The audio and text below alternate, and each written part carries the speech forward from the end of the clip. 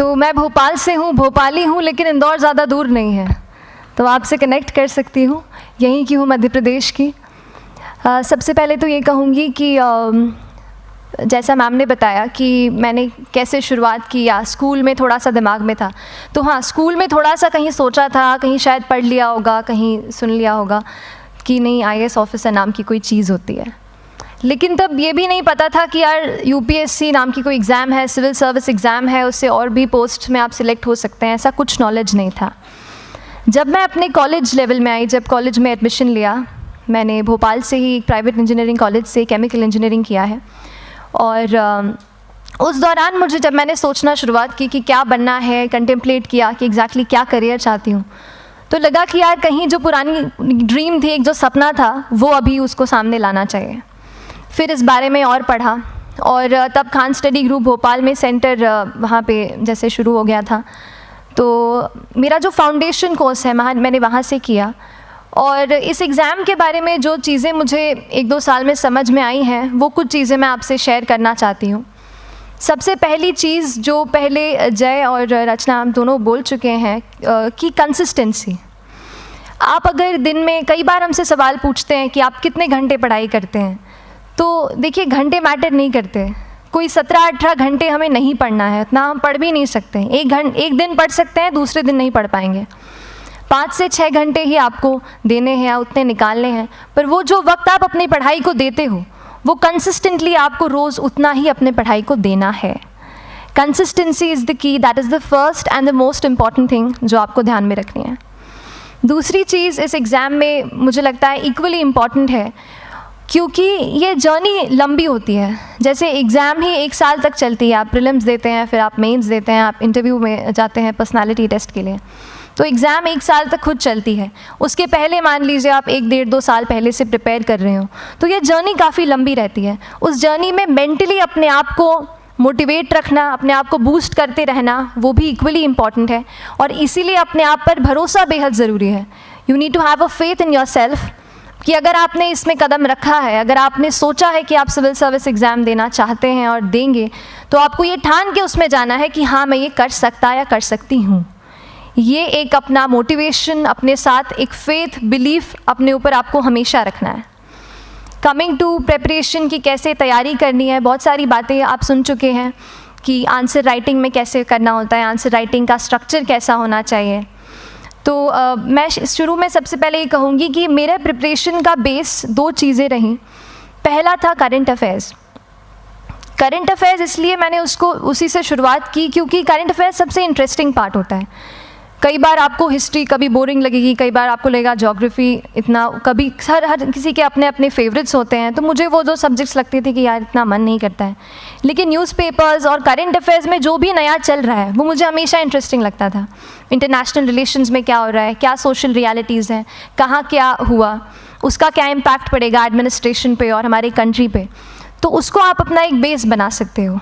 आप current affairs based preparation कर सकते हैं, इसलिए भी क्योंकि अगर आप मेंस एग्ज़ाम देखेंगे तो काफ़ी डायनामिज्म आ गया है, केवल प्रीलिम्स में नहीं बल्कि जनरल स्टडीज़ पेपर 2, पेपर 3 में भी आप देखेंगे कई सारे ऐसे सवाल हैं जो करंट इवेंट्स से इंस्पायर्ड होते हैं, उन पे बेस्ड रहते हैं। तो जब आप न्यूज़पेपर बेस्ड, करंट बेस्ड पढ़ाई करते हैं तो वो आपका प्रिपरेशन वहाँ से भी कवर हो सकता है। दूसरी जो चीज़ मैंने जिस पे बहुत फोकस किया वो थी आंसर राइटिंग। तो आंसर राइटिंग का जैसे खान सर बता रहे थे कि आंसर राइटिंग की प्रैक्टिस बहुत की, तो उसके पीछे मेरा ये था कि जब मैं हमेशा प्रीलिम्स का कोई भी पेपर टेस्ट देती थी, हम मॉक टेस्ट देते हैं, तो मॉक टेस्ट देती थी तो हमेशा मेरे मार्क्स करीब 90 to 110, 120, इससे ऊपर मेरे कभी मार्क्स नहीं जाते थे। तो मुझे हमेशा ये डर था कि यार प्रीलिम्स में कहीं मेरा कुछ, क्योंकि कट ऑफ भी इसी कुछ रेंज में जाता है, तो हमेशा लगता था कि यार कुछ गड़बड़ यहाँ ना हो जाए। लेकिन जब मैंने आंसर राइटिंग की और मेंस एग्ज़ाम के बारे में जाना, तब मुझे लगा कि आंसर राइटिंग एक ऐसी चीज़ है, मेंस एक ऐसा फेज़ है सिविल सर्विस एग्ज़ाम का जहाँ पे आप अच्छे से तैयारी कर सकते हैं। And if you have written the answers, if you know कि you have covered the points well, if you have included उसमें कुछ आपने facts, international reports, government schemes, आपने कुछ ऐसे उसमें सॉल्व भी डाला है, तो जो रिज़ल्ट आएगा वो सेटिस्फैक्ट्री ही आएगा, अच्छा ही आएगा। तो मेंस एक ऐसा पार्ट है जिस पे आप काफ़ी बैंक ऑन कर सकते हो। मैं जब पर्सनालिटी टेस्ट भी मैंने दिया तो इस बार भी आप नंबर्स देखेंगे तो आसपास की रैंक के हिसाब से मेरे नंबर्स उसमें कम हैं, लेकिन it is just the general studies and the answer writing part, जो मेंस के जो वो है मार्क्स हैं या मेंस का जो एक फैक्टर रहा, वो मेरे लिए सबसे ज़्यादा इंपॉर्टेंट डिसाइडिंग फैक्टर रहा है। तो अपना एक्सपीरियंस यही बताऊंगी कि आंसर राइटिंग पे आप विशेष फोकस कीजिए। जैसा स्ट्रक्चर आपको बता ही चुके हैं कि इंट्रोडक्शन में कैसे आपको शॉर्ट रखना है, बॉडी एंड देन कंक्लूजन, उसमें छोटी चीज़ जैसे मैं अभी मेंशन कर रही थी, आप एक इंश्योर कीजिए कि देखिए जो भी एग्जामिनर आपकी कॉपी चेक कर रहे हैं वो दिन में 10, 15, 20 कॉपीज़ चेक कर रहे हैं, तो उन सब से आपको अलग कैसे आप अपनी कॉपी दिखा सकते हो, ये चीज़ आपका प्रेजेंटेशन और आप जिस तरीके से आंसर लिखते हो कंटेंट को, वो मैटर करेगा। आप इंश्योर कर सकते हैं कि आपके आंसर में कुछ फैक्ट्स, गवर्नमेंट की स्कीम्स, कुछ कमिटीज़ बैठती हैं, जैसे एक प्रिवेसी पे justice BN Shri Krishna committee की रिपोर्ट आई है, तो आप मान लीजिए आपको कोई प्रिवेसी पे सवाल आ गया तो आपने उन कमेटी का नाम कोट कर दिया। ऐसे बहुत सारी कमिटीज़ होती हैं। कुछ इंटरनेशनल रिपोर्ट्स आते हैं, वो आप इनके बारे में लिख सकते हैं। इंडिया का मैप आप बना सकते हैं। मैंने सीख लिया था कि 10-15 सेकेंड्स में कैसे जल्दी से मैप बनाना है और उस पर कैसे पॉइंट कुछ करना है, कुछ लोकेट करना है। तो ये कुछ ऐसी चीज़ें हैं जो आपके आंसर्स को एनरिच करेंगी और प्रेजेंटेबल बनाएंगी। तो इस तरीके से आंसर्स पे जैसे हम क्लास करते हैं, लेकिन उसके साथ साथ आपको ये कोशिश करनी है कि 1 से 2 आंसर पर डे आपको ज़रूर लिखने ही लिखने हैं, apart from the test series that you are doing. Answer writing से 2-3 चीज़ें होती हैं, ना केवल हमारी एक लिखने का हमें समझ आता है हम क्या लिखते हैं कैसा है, पर हमारा कॉम्प्रिहेंशन भी इम्प्रूव होता है। हमें कितना समझ में आया वो भी हमें खुद समझ आता है जब हम आंसर्स लिखते हैं। और इसीलिए आंसर राइटिंग पे आप फोकस कीजिए, 1 से 2 आंसर ज़रूर लिखिए। और आंसर राइटिंग के बाद the third pillar of my preparation जो काफ़ी इंपॉर्टेंट जिसने रोल प्ले किया, that was tests and test series and mocks. देखिए हम पढ़ रहे हैं यहाँ पर, I will also come to the point कि हम कैसे दिल्ली, भोपाल और इंदौर में प्रिपेयर करके बिना दिल्ली जाए हम कैसे कर सकते हैं, I will come to that point. पर उसके पहले टेस्ट की थोड़ी बात कर लेती हूँ कि टेस्ट देना क्यों ज़रूरी है। हम ये जो एग्ज़ाम दे रहे हैं सिविल सर्विस की, ये एक ऑल इंडिया लेवल एग्ज़ाम है and this cut throat competition.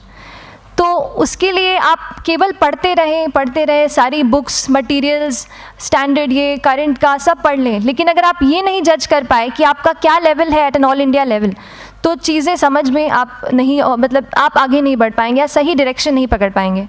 तो इसलिए आप टेस्ट से घबराइए मत। कई बार टेस्ट का इनर्शिया होता है, ऐसे लगता है कि जब तक पूरा सिलेबस कंप्लीट नहीं कर लूँ तब तक टेस्ट नहीं दूंगा, लेकिन सच में बात ये होती है कि जब तक हम GS के मतलब पेपर देने अंदर भी घुसते हैं ना, तब भी उस सेकंड पे लग रहा होता है कि कुछ छूट गया है हमारा। तो ये चीज़ होगी ही, इसीलिए ये मैं कभी मत सोचिए कि जब तक पूरा सिलेबस नहीं कर लूँ टेस्ट नहीं दूंगा। जैसे आपका एक थोड़ा बेस बन जाता है प्रिपरेशन का, आप टेस्ट दीजिए, चाहे वो प्रीलिम्स का MCQ का टेस्ट हो या मेंस का राइटिंग स्किल की प्रैक्टिस हो, टेस्ट पे आप फोकस कीजिए। उसके बाद टेस्ट केवल देने के लिए नहीं देना है, उसको एनालाइज भी अच्छे से करना है। When you get the answer hints, when you get the answer keys, analyse properly कि आपकी क्या गलती हुई है और उससे भी सीखने की कोशिश कीजिए कि क्या कुछ नया मुझे इस टेस्ट पेपर से या इस आंसर कॉपी से मिल सकता है। तो इस तरह से टेस्ट पे भी आप फोकस कीजिए। And I will come lastly to the point कि जब मैंने प्रिपरेशन शुरू की थी अपने कॉलेज के 2nd ईयर 3rd ईयर आते आते, तो मन में बहुत सारे फियर्स थे। मैं भी एक नॉर्मल फैमिली से हूँ, मेरे फैमिली में किसी ने आज तक सिविल सर्विस का पेपर भी नहीं लिखा था, तो मन में बहुत सारे फियर्स थे, डाउट्स थे, क्या होगा, कैसे होगा। तो हो सकता है आपके मन में भी ऐसा हो। और हम जैसे यहाँ रहते हैं, हम सोचते हैं कि दिल्ली जाना तो सबसे ज़रूरी है, उसके बिना तो ये एग्ज़ाम हो ही नहीं सकती। तो उस पर मैं एक चीज़ बताना चाहूँगी कि जैसे KSG जैसे इंस्टीट्यूट हैं, जो फैकल्टी भी हमें वही मिलती है जो दिल्ली में पढ़ा रहे हैं, तो ये एक बहुत पॉजिटिव पॉइंट है कि क्वालिटी का कोई दिक्कत नहीं आएगी। बस एक चीज़ है, आप ज्वाइन करते हैं class, that will only provide you a direction. वो आपका रास्ता दिखा सकते हैं आपको कि इस रास्ते पर आपको चलना है, लेकिन चलना उस रास्ते पे आपको खुद है। You have to work on your own. कभी ये मत सोचिए कि मैं वहाँ नहीं जा पा रहा हूँ तो नहीं हो सकता, यहाँ है, तो हम एक्सक्यूज़ेस बनाते हैं, कई बार चैलेंजेस आते हैं। तो मैंने कॉलेज के साथ प्रिपरेशन की, तो उसमें भी काफ़ी दिक्कत आती थी। कभी कभार कॉलेज की एग्ज़ाम होती थी तो इसमें मैं अपना उतना वक्त नहीं दे पाती थी। तो उस मोमेंट पे फिर प्लानिंग ने मुझे बहुत हेल्प किया कि हम किस तरीके से अपने कॉलेज के एग्ज़ाम के लिए प्लान कर लें। जैसे मैंने इंजीनियरिंग की है और मुझे पता है कि हम इंजीनियर्स 1 महीने से ज़्यादा पहले से पढ़ते नहीं हैं। पढ़ते हैं क्या? तो वो चीज़ आप ध्यान रख सकते हो, उसको अपना स्ट्रॉन्ग पॉइंट बना सकते हो। 1 से 1.5 महीना जब exam is approaching, I use to plan my entire syllabus का प्रिंट आउट निकाल के I use to make my notes, उस तरीके से उसको मैं उसको संभाल लेती थी। तो whenever you are managing those things together, focus on planning, किस तरीके से आप एक माइक्रो प्लान बनाएं, अपना डेली एक प्लान बनाएं, वीकली टारगेट सेट करें और एक ब्रॉड विजन दिमाग में रखें कि ब्रॉडली आप मंथ्स में क्या कवर करने वाले हैं। अगर आप प्लानिंग अच्छे से करते हैं तो ज़्यादातर पोर्शन आपका वहीं से कवर हो जाता है, और जब आप टारगेट्स बनाते हैं, उनको टिक करते हैं, तो एक सेंस ऑफ कंप्लीशन भी आपको मिलता है कि yes I am on the right path और मैं सही जा रहा हूँ या जा रही हूँ। तो इस तरीके से प्लानिंग पे भी इक्वली फोकस कीजिए। एंड बस यही सिंगल बिगेस्ट मैसेज मेरी तरफ से यही रहेगा कि आपने अगर ठान लिया है, अगर आप सोचते हैं कि आप एग्ज़ाम क्रैक कर सकते हैं, तो आपको रोकने वाला और कोई नहीं, आप खुद ही हो सकते हैं। तो खुद आप अपनी रुकावट कभी मत बनिए, एक्सक्यूज़ेस मत बनाइए। ऑब्स्टिकल ज़रूर आएंगे, उन्हें आपको चैलेंज करना है। Challenges are meant to be challenged. तो सही तरीके से अपने ऑब्स्टिकल्स को हैंडल कीजिए, और इस एग्ज़ाम में अगर आप सही स्ट्रैटेजी रखते हैं तो आप अपने एक अटैम्प्ट में ही इसको क्रैक कर सकते हैं। एंड एनीवेज आप जो भी अटैम्प्ट नेक्स्ट रखते हैं, दिल में यही रखिएगा कि जो ये मेरा नेक्स्ट अटैम्प्ट होने वाला है, ये मेरा बेस्ट अटैम्प्ट होने वाला है। कभी भी इस एग्ज़ाम को हाफ हार्टेडली मत दीजिए कि चलो दे के देखता हूँ कैसा है पैटर्न का एग्ज़ाम का।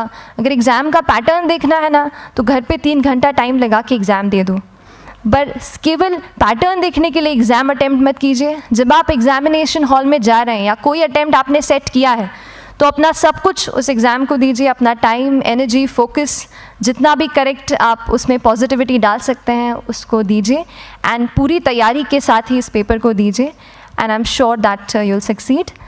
सो till then, all the very best to you and good luck. Thank you so much.